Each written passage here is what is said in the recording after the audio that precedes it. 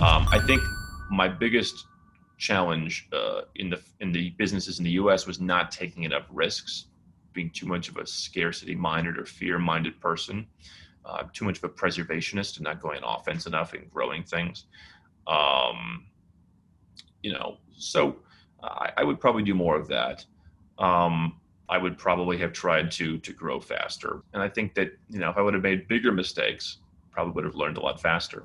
Okay, everyone. Today I am super excited to bring you Andrew Henderson, who is the founder of Nomad Capitalist, which is a company that helps successful entrepreneurs legally reduce their taxes, get second passports, and create wealth faster. Tell us a little bit about how you started this business in the first place, because we're going to jump around. We're going to talk about the business, but then I want to talk about some practical advice for people as well. Well, the business started, I was sitting around in my living room back in 2012. I've told this story probably in fragments to different people. I'll try and give you the whole story. In 2012, I'm sitting in my living room. I'm in the process of selling my last business in the United States. I started a couple different businesses.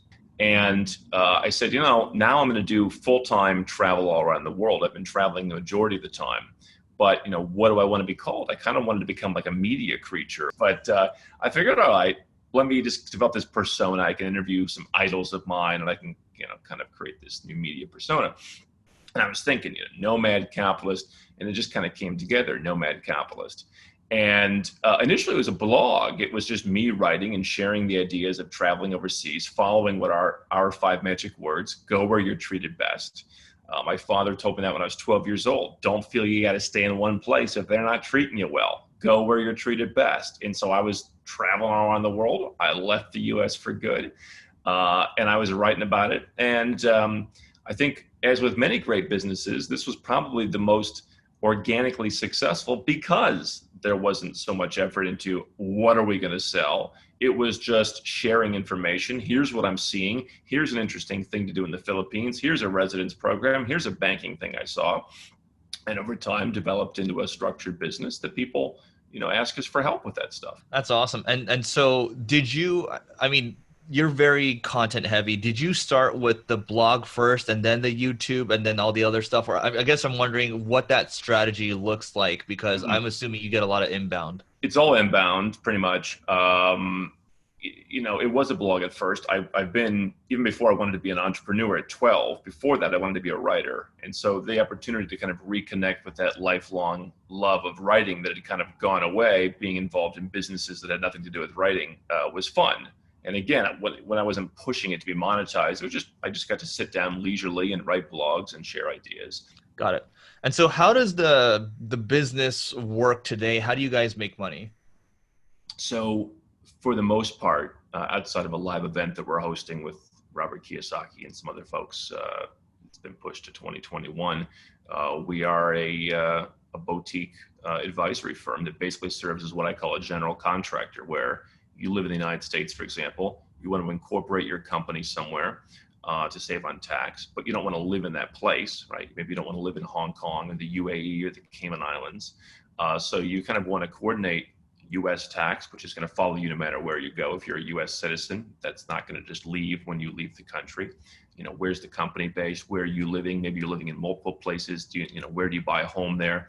We're basically the one-stop shop that coordinates with all the vendors I've met along the 13 years that we've put through the sniff test to.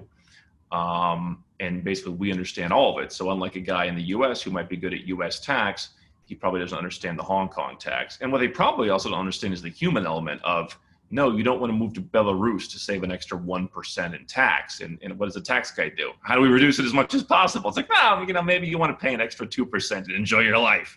They don't get that. We try to understand that because I'm living this. I have the multiple passports.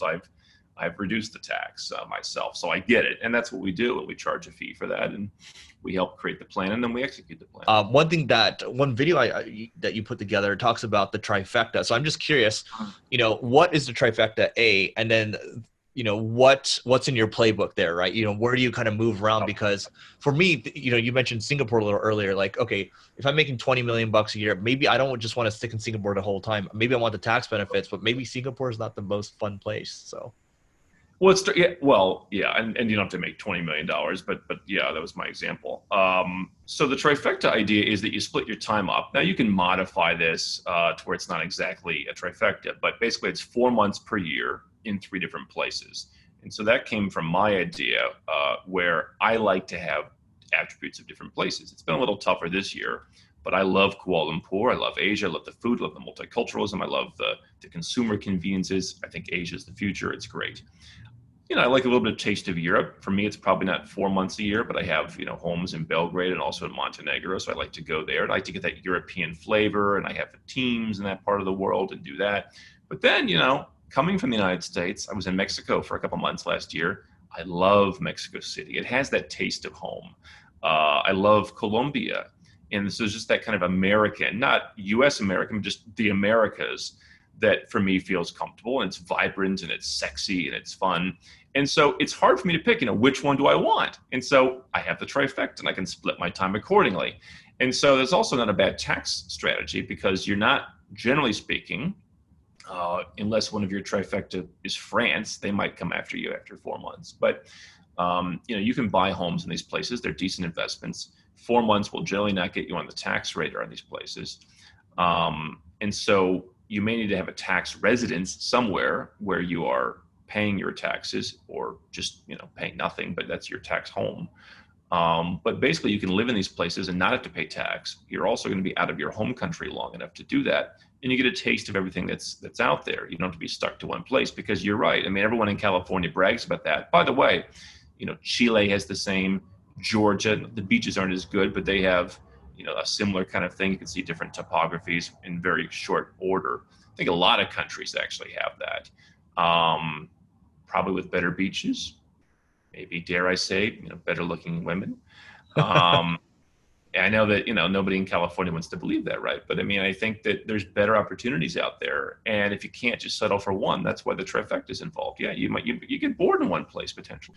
What are his thoughts on COVID? How long will it stay around, and how is he adjusting to it? So, well, I'm not a great prognosticator. I mean, I think what we're seeing, I think a lot of people are seeing, is, the government's not your friend. I mean, look at what they're now using this as the backdrop to unveil a wealth tax in California.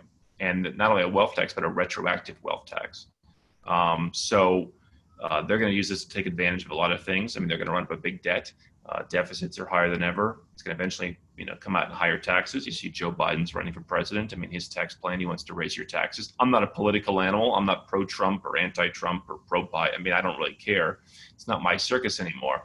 But what I do know is I think it's going to be a great opportunity to grab power and to grab wealth. And you're going to see things you've never seen before.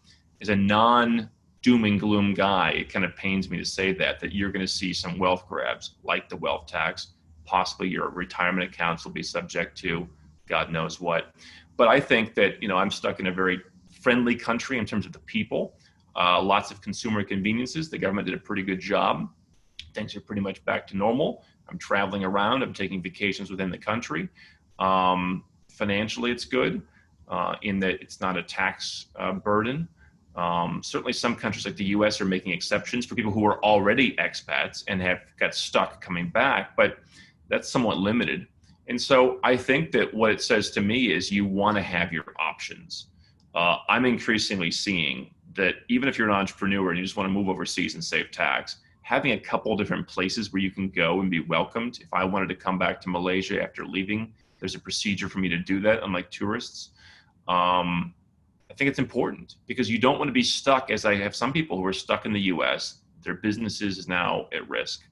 And I mean, I'm having a conference in Mexico in May of 2021, and I've got some, Robert Kiyosaki and President Saakashvili from Georgia and others coming. So, I'm kind of invested in things are going to get better. And I do think people aren't going to tolerate this forever, but I think that it won't be the last time they try and do something like this. one important thing too, for any, people are like, oh, I don't have time to watch YouTube. Andrew's videos are clutch, because when I eat lunch, I eat in like 5 to 10 minutes. And so his videos are 5 to 10 minutes. So I get a video done. I learn something. Oh, okay, great. And then I move on and go on with my day, right? So guys, go check out Nomad Capitalist. Andrew, thanks so much for doing this. Hey, it's great to be with you. I really appreciate your having me.